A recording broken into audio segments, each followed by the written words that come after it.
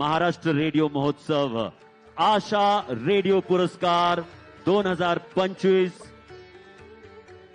माननीय मुख्यमंत्री देवेंद्र फडणवीस जी या कार्यक्रमात यांची उपस्थिती. धन्यवाद सर. धन्यवाद आशीष सर.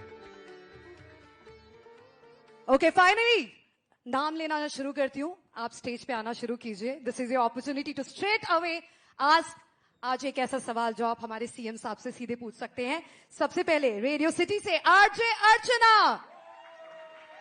आरजे अर्चना यांना अनेक लोक रेडिओ फर्टेनिटी मध्ये आरजे अर्चू असंही ओळखतात. RJ Archana. Lovely Archana, please take your seat. Then we have big FM से RJ Vrajesh Hirji. Is he there? Vrajesh Hirji मोठे भाऊ आमचे.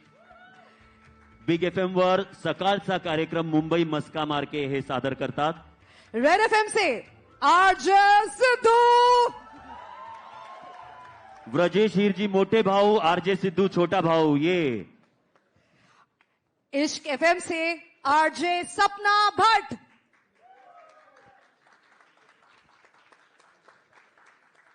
और मैजिक एफएम से आरजे अक्की. और रेडियो मिर्ची से RJ Bhushan.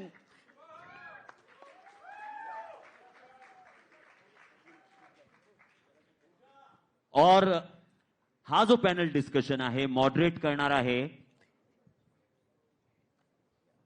Can we have one more chair please? Can we have one more chair please? Are you guys nervous? Ready with your questions? Nervous? Yes. Yes, of course. ही अशी मंडळी आहे जी on air nervous होत नाही कधी. I said I am more nervous. Oh. मी थोडं correct करतोय की हे पॅनल डिस्कशन नाहीये. पहिल्यांदाच देशात आणि महाराष्ट्रात तर नक्कीच एका मुख्यमंत्र्याला 6 एक्सपर्ट्स रेडिओ जॉकी एकत्र, ज्याला आपण इंटरव्ह्यू म्हणू, पॉडकास्ट म्हणू, लाईव्ह म्हणू, आणि जे लाईव्ह रेडिओवर सुद्धा एकाच वेळेला इतक्या प्लॅटफॉर्मवर जाणार आहे. मला वाटतं हा एक आगळा वेगळा प्रयत्न आहे की ज्यामध्ये माननीय मुख्यमंत्र्यांना 6 radio jockey. You are free with the limitations. Thank you. जास्त फ्री पण होऊ नका. और इसे मॉडरेट करने जा रही है one and only Hinal Mehta. Thank you so much. Thank you. First of all, thank you very much, Government of Maharashtra, Honorable CM sir, and Sagrani ki this radio awards, Ashish sir, thank you, Asha tai, namaste, all the guests here, and sir, हम सब के लिए जितने radio फ्रेटर्नी से लोग आए हैं यहाँ पर, आई थिंक ये दिन, ये तारीख वर्ल्ड म्यूजिक डे की हम सब के लिए हिस्ट्री में जाने वाली है. I think till we live हम लोग सर ये दिन याद रखने वाले हैं. एंड कहीं ना कहीं पर हमें लगा कि सर ये अपॉर्चुनिटी आशीष सर ने हमें दी, तो we will have not much time of your sir. We will take एक 2 सवाल जितने भी आरजेज है. It is a little fun session sir आपके साथ. तो पहले हम शुरू करेंगे सर आपके बगल में ही बैठे हैं आरजे सिद्धू जी से. Yes sorry. उससे पहले मैं बहुत दिल से आशीष जी को बधाई देना चाहता हूं, उनका अभिनंदन करना चाहता हूं.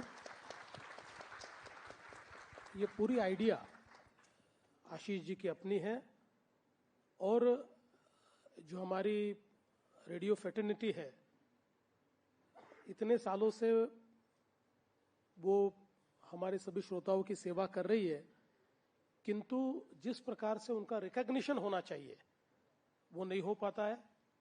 और उसी के चलते आशीष जी ने यह तय किया कि रेडियो जो अंतिम व्यक्ति तक पहुंचने वाला माध्यम है उसको हम एक बार फिर सम्मानित करें, सेलिब्रेट करें. और आज का ये जो कार्यक्रम है वो उन्होंने यहाँ पर आयोजित किया, और विशेष रूप से आशाताई स्वयं इस कार्यक्रम में है. तो मैं ऐसा मानता हूँ कि वर्ल्ड म्यूजिक डे पर आशाताई के उपस्थिति में उनके ही नाम के पुरस्कार मिलना ये लाइफ टाइम अचीवमेंट है. बिल्कुल सर, एब्सोल्युटली राइट. जी तो शुरू करें. We will have first RJ Siddhu from Red FM. जी सिद्धू सर, सबसे पहले तो आपको बहुत बहुत धन्यवाद. इतना बेहतरीन ये आयोजन करने के लिए और रेडियो का एक मनोबल स्ट्रांग करने के लिए। बहुत ही उम्दा दिन चुना है आपने, वर्ल्ड म्यूजिक डे। आपके लिए म्यूजिक क्या मायने रखता है? मुझे ऐसा लगता है कि मेरे लिए म्यूजिक एक हीलर है, म्यूजिक एक स्ट्रेस बस्टर है, और मुझे जब भी समय मिलता है या जब भी मुझे डिस्ट्रेस होना है तो मैं म्यूजिक सुनता हूँ। मैं प्रवास करता हूँ तो सारे प्रवास में मैं गाने सुनता हूँ, और मैं ऐसा मानता हूँ कि उससे हम अपने जो इमीडिएट प्रॉब्लम्स है उसको भूलकर एक दूसरी दुनिया में जाते हैं। इसलिए म्यूजिक मेरे लिए एक बहुत बड़ा हीलर है। Thank you sir. Thank you. Brajesh ji. नमस्कार सर। सर, रेडिओ कुठे आणि राजकारण कुठे, दोन वेगळी वस्तू आहेत. कधी रेडिओवर ऐकलेल्या संगीतनी राजकारणच्या वाटेवर मदत केली आहे का आपली? नेहमीच होते बघा. आता तुम्ही जर बघितलं असेल तर 2019ला आम्ही निवडून आलो, पण आमचं सरकार नाही आलं. पण 2022ला आम्ही सरकार आणलं, आणि वो सिकंदर भी दोस्तों कहलाता है, हारी बाजी को.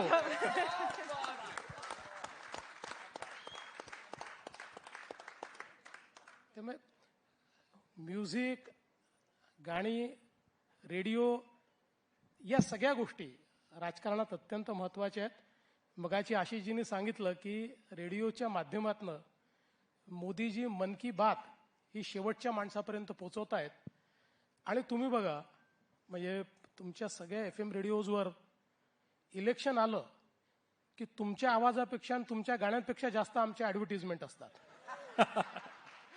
याचं कारण आम्हाला माहिती आहे की यंग क्राऊड पर्यंत पोहोचायचं आहे तर ते कुठून पोहोचता येईल, ते तुमच्या माध्यमातून पोहोचता येतं. त्यामुळे आमचा संबंध आहेच. Beautiful, beautiful. Thank you sir. RJ Archana, Radio City ji. Sir, very, very, very proud for radio and music and Asha ji की का नाम रेडियो के साथ सदैव जोड़े रखने के लिए बहुत बहुत धन्यवाद. Ashish ji, we are feeling very proud as a medium. Let's clap for ourselves. We've come this far. और ये जो आपने आज डेकोरेशन यहाँ किया है, we are looking at it and feeling extremely proud to be part of this medium. Sir, आपके घर में रेडियो का क्या माहौल होता था बचपन में? देखिए, बचपन में तो रेडियो ही था. और मुझे अभी भी याद है कि जब काफी छोटे थे तो हमारे चाचा जी की आदत थी, सुबह 6 बजे पुराने गाने आते थे, शमशाद बेगम के वगैरह, ऐसे सारे 6 बजे आते थे अपने विविध भारती पर, यानी अपना जो नेशनल रेडियो है उसके ऊपर. तो 6 बजे वो सबसे पहले वो लगते थे हमारे यहाँ. और हम लोग जब बड़े हुए तो हमारे लिए तो बिना का गीतमाला या सिबा का गीतमाला, ये तो बहुत, मुझे ऐसा लगता है कि सभी को पसंद थी. मुझे आज भी याद है कि कुर्बानी फिल्म शायद आई थी उस समय. आप जैसा कोई इतने दिनों तक चार्ट बस्टर रहा, वो नीचे जाता ही नहीं था. और ऐसे कई, और मुझे इस बात की बहुत खुशी है कि ये जो कैरावान रेडियो आया है, इसने बिना का गीतमाला की सारी जितने एपिसोड्स हुए हैं ये सारे एक साथ हमको दिए. वो सुनने में जो मजा आता है, ऐसा लगता है कि वही पुराना समय वापस आया है. तो अमीन सयानी जी के लिए उस समय हम लोग सब बिल्कुल राह देखते थे कि कब वो आएंगे और कब वो सारी अपनी बातें बताएंगे. और एक सबसे बड़ी बात मैं जो रेडियो के बारे में कहना चाहता हूं कि देखिए, जो ऑडियो विजुअल होता है उसमें एक्सप्रेशन आसान होता है क्योंकि वो दिखता है. लेकिन रेडियो की सबसे बड़ी खासियत यह है कि व्यक्ति दिखता नहीं है, लेकिन फिर भी सारी चीजें एक्सप्रेस करता है अपने शब्दों से. और कई बार हम लोग रेडियो के ऊपर छोटी नाटिकाएं सुनते थे. उस समय रेडियो पर नाटिकाएं आती थी. उन नाटिकाओं में जो पात्रों को जीवित करने का काम अपने शब्दों के माध्यम से, ऐसा लगता था कि वो घटना हमारे सामने घट रही है. तो मैं ऐसा मानता हूं, अभिव्यक्ति जो होती है ना, उसके लिए कोई भी माध्यम ये काफी होता है. मतलब टेक्नोलॉजी तो ऐसे माध्यम ला रही है कि अब हम लोग एक प्रकार से 3D, 4D, 6D, 17D, 16D experience ले रहे. लेकिन जिस समय it was only 1D, it was only music, जिस समय केवल वन वे कम्युनिकेशन था, उस समय भी रेडियो ने हमारी अभिव्यक्ति को जिस प्रकार की आवाज दी है, तो मैं ऐसा मानता हूं कि एटलीस्ट मैं जब आ रहा था तो हमने बचपन से देखे हुए रेडियोज वहां सारे रखे हुए हैं, तो वो देखकर मुझे बहुत खुशी हुई, क्योंकि हमारी जो एक प्रकार से सांस्कृतिक विरासत है, उस विरासत को शेप देने का काम इन्हीं रेडियोज ने किया है। सुपर।